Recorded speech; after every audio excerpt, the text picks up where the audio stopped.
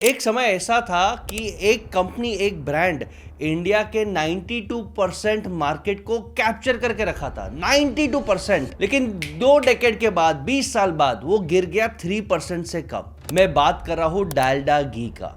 Imagine करो, इतना dominance था लेकिन आज गायब हो गया। तो कैसे गायब हो गया? वो ब्रांड जो independence, shortages, policy changes, competition सबके सामने जीतता है, वो 90s के बाद गायब कैसे हो जाता है? क्या रीजन है उसके बीच में? 1975 और 1990 के बीच में 7 मेजर कॉम्पिटिटर्स आते हैं तो भी ये सरवाइव करता है। तो आज हम ये पूरे बिजनेस केस स्टडी में समझेंगे कि इंडिया का पहला मास एफएमसीजी किचन ब्रांड डालडा घी कैसे बना, कैसे उन्होंने एडवर्टाइजिंग कैंपेन करके जो बदबूदार था, हेल्थ के लिए गंदा था, उसको इंडिया का डार्लिंग बना दिया, और कैसे 1995 और 2005 में एक चेंज आने के कारण डालडा का डोमिनेंस खत्म हो गया। 2003 में डालडा घी का जो मेन ओनर था, स्टेक होल्डर था, यूनिलीवर, उसने डालडा को बेच दिया बहुत सस्ते में। और इमेजिन करो, पीक पे इंडिया 12 लाख टन वनस्पति डालडा घी हर साल खाती थी, और 40 साल बाद आज 3% भी नहीं है। तो ये केस स्टडी में हम डिकोड करेंगे कि ऐसे क्या चीजें हुए, कैसे राइज किया डालडा घी ने, कैसे वो नंबर 1 20 साल तक टिका रहा और कैसे गायब हो गया।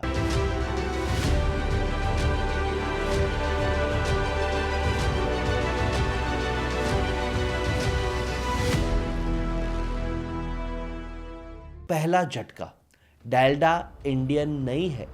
जैसे मारुति सुजुकी भी इंडियन नहीं है। आपको लगता है सर मारुति सुजुकी इंडियन है? नहीं भाई, Suzuki is a Japanese company जिसका बहुत मेजॉरिटी स्टेक है और अब ये लिस्टेड कंपनी है, तो ये पूरा इंडियन नहीं है। वैसे डालडा इंडियन नहीं है। 1930s में एक डच कंपनी आया था, दादा इन कंपनी, और उसने इंडिया में इंपोर्ट करना चालू किया चीप ऑल्टरनेटिव प्योर घी के लिए। क्या? Hydrogenated vegetable oil, hydrogenated vegetable fat, और उसे कहते हैं वनस्पति। ब्रिटिश राज में 30s में रियल घी अनअफोर्डेबल हो गया था।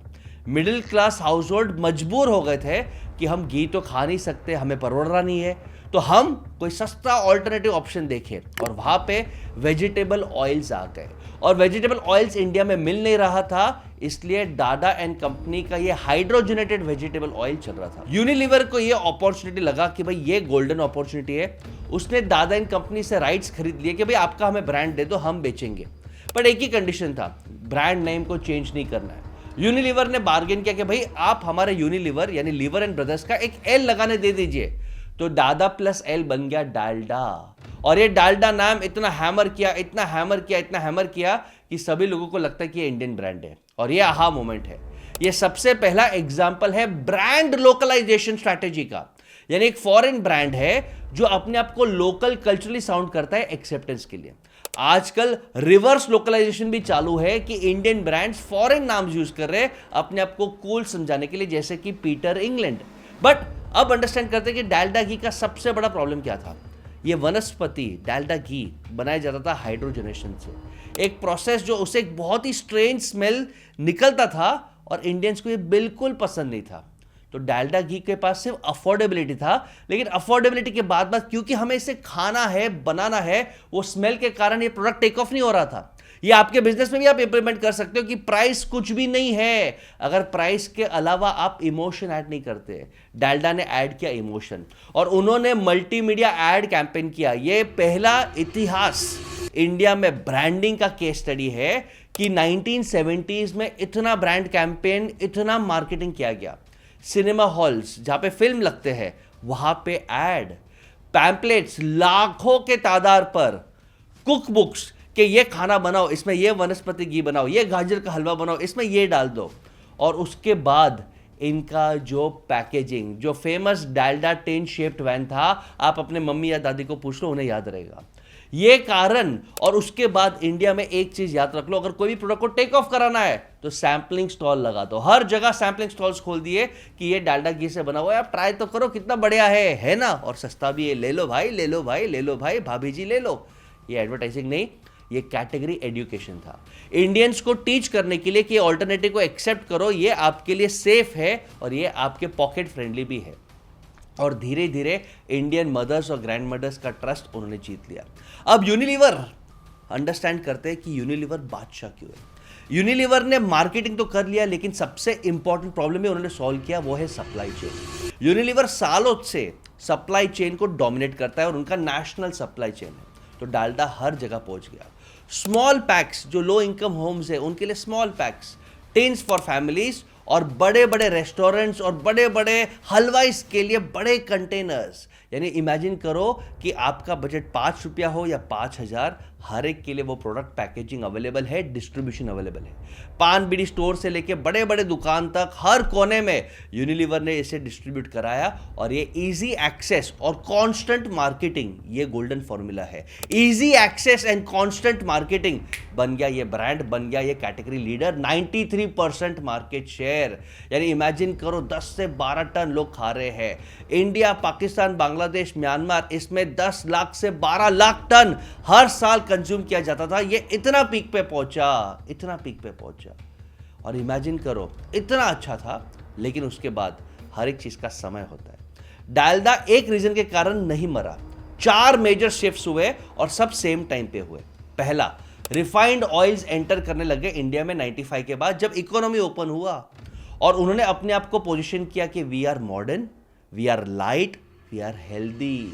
और ये हेल्थ बेस्ड कैटेगरी डिस्रप्शन ने ओल्ड प्रोडक्ट को अनहेल्दी के खत्म कर दिया। और जैसे ही ये रिफाइंड ऑयल्स आए, वनस्पति ऑयल को, वनस्पति घी को, लोग बोलने लगे अरे ये आउटडेटेड है, सस्ता है, लेकिन हेल्थ के लिए अच्छा नहीं है, बास भी मारता है। सेकेंड, रिसर्च रिपोर्ट्स आ गए WHO के, वर्ल्ड हेल्थ ऑर्गेनाइजेशन, जिसने बोला कि ट्रांस फैट नंबर 1 किलर है। यानी साइंस भी डालडा के अगेंस्ट चला गया। ये रिसर्च बताता था कि हाइड्रोजनेटेड फैट्स ये ट्रांस फैट में कन्वर्ट होते हैं, और इसके कारण आपका हार्ट डिजीज का रिस्क, आपका बेली फैट का रिस्क बढ़ जाता है। और ये रिसर्च ने किसने फंड किया था? यूनिलीवर खुद ने फंड किया था। अब राइजिंग हेल्थ अवेयरनेस के कारण और रिसर्च के कारण हाउस होल्ड्स धीरे धीरे वनस्पति को निकालने लग गए, कम करने लग गए, और इंडिया में तब धीरे धीरे ग्लोबलाइजेशन भी चालू हो गया, इनकम्स भी बढ़ने लग गए, तो पीपल कुड अफोर्ड। अब इसके बाद आया पहला WhatsApp university movement. 1980s 90s में व्हाट्सएप यूनिवर्सिटी नहीं था, लेकिन फूड मिस इंफॉर्मेशन वेव आ गया, और इसके कारण ब्रांड को हिट पड़ा। लोग सडनली क्लेम करने लग गए अरे डालडा में पिग का फैट है, डालडा में एनिमल फ्लैट है, वेजिटेबल फ्लैट नहीं है, वो प्लास्टिक से मिक्स किया गया है। और क्योंकि ये कुछ भी प्रोवन नहीं था, लेकिन एक बार ट्रस्ट अगर टूटा है कि भाई WHO बोल रहा है ये हेल्थ के लिए अच्छा नहीं है, और ये लोग कॉस्ट कटिंग के लिए बड़े बड़े कंपनीज तो नालायक होता ही है, ये लोग ने डाल दिया रहेगा एनिमल फैट, तो इसके कारण मुस्लिम कम्युनिटी इससे दूर हो गया, वेजिटेरियन कम्युनिटी भी इससे दूर हो गया। And last is aspirations. Indian kitchen modernised हो गए, वो सिर्फ रोटी सब्जी दाल खिचड़ी से धीरे धीरे वो और आइटम्स खाने लग गए। They wanted to explore more. और 90s और 2000 में पिज्ज़ा, पास्ता और ये फूड का इवॉल्व हुआ, और ये इवोल्यूशन के साथ साथ refined oil, imported oil, olive oil, ये सब आने लग गए, और वनस्पति को लोग बोलने लगे ये ओल्ड फैशन है, बास मारता है, अनहेल्दी है, और कल्चरल रेलेवेंस भी हार गया। अब 2003 में हिंदुस्तान यूनिलीवर को समझ गया कि ये टाइटैनिक है, ये डूब रहा है। Despite the brand being thousands of crores, ये ब्रांड को उन्होंने बंच को बेच दिया। और ये इसके लिए बेचा क्योंकि ये इनके इमेज के साथ, पोजीशनिंग के साथ फिट नहीं हो रहा था। इमेजिन करो यूनिलीवर को और 50 ब्रांड्स लॉन्च करने थे हेल्थ के लिए, उन्होंने खुद ने WHO का रिसर्च रिपोर्ट फंड किया था, और अब ये ब्रांड उनके पोजीशनिंग को ठोकर पहुंचा रहा है। ये भी बहुत इंपॉर्टेंट लर्निंग है दोस्तों, कि आप अपने पोर्टफोलियो में, आप अपने कम्युनिकेशन में अगर एक या दो प्रोडक्ट जो आपके ब्रांड पोजीशनिंग के विरुद्ध है, आपके इथॉस या एथिक्स या विजन के विरुद्ध है, उसे कट कर दो, नहीं तो लॉन्ग टर्म आपको बहुत नुकसान होगा। यूनिलीवर ने बहुत अच्छा स्मार्ट स्टेप लिया और इसे निकाल दिया। यानी एक जायंट, एक लेजेंडरी प्रोडक्ट को, एक ब्रांड को, एक कैश काउ को बेच देता है रेप्यूटेशन प्रोटेक्शन के लिए, ब्रांड पोजीशन के लिए, और फ्यूचर को साइड रखने के लिए। अब डालडा ने कम बैक तो ट्राई किया ही था। बंच ने डालडा को रीबिल्ड किया, बोला कि अब हम रिफाइंड ऑयल में आएंगे, पोजीशनिंग भी चेंज कर लिया, टैगलाइन भी चेंज कर लिया, और अब लिखा क्लियरली बड़े बड़े चीज में कि ये ट्रांस फैट फ्री है। उन्होंने क्लियरली बोल दिया हमने प्रोसेस भी चेंज कर दिया, हाइड्रोजनेशन नहीं होता है, अब नया प्रोसेस होता है जो हेल्दियर है, जिसमें एंजाइम्स आता है। लेकिन एक बार यहां पे इंफॉर्मेशन हुआ, उसे निकालना बहुत मुश्किल है, इंप्रेशंस चेंज करना बहुत मुश्किल है। कंज्यूमर को अभी भी लगता था डालडा यानी अनहेल्दी, डालडा यानी हेल्थ के लिए खतरा, और ये ब्रांड परसेप्शन चेंज नहीं हुआ तो लोगों ने प्रोडक्ट को एक्सेप्ट नहीं किया। तो आज लाखों रेस्टोरेंट्स, हलवाईस और स्ट्रीट फूड वेंडर्स आज भी वनस्पति यूज करते हैं, लेकिन डालडा के नाम पे नहीं, वो लोग अलग प्रोडक्ट के नाम पे करते हैं। यानी ब्रांड मर गया, कैटेगरी सर्वाइव करता है ओनली फॉर कॉस्ट कटिंग। और डालडा से हमें ये केस स्टडी से, ये बिजनेस एनालिसिस से कुछ समझ में आता है कि टाइम अनुसार आपको अपनी पोजीशनिंग चेंज करनी चाहिए।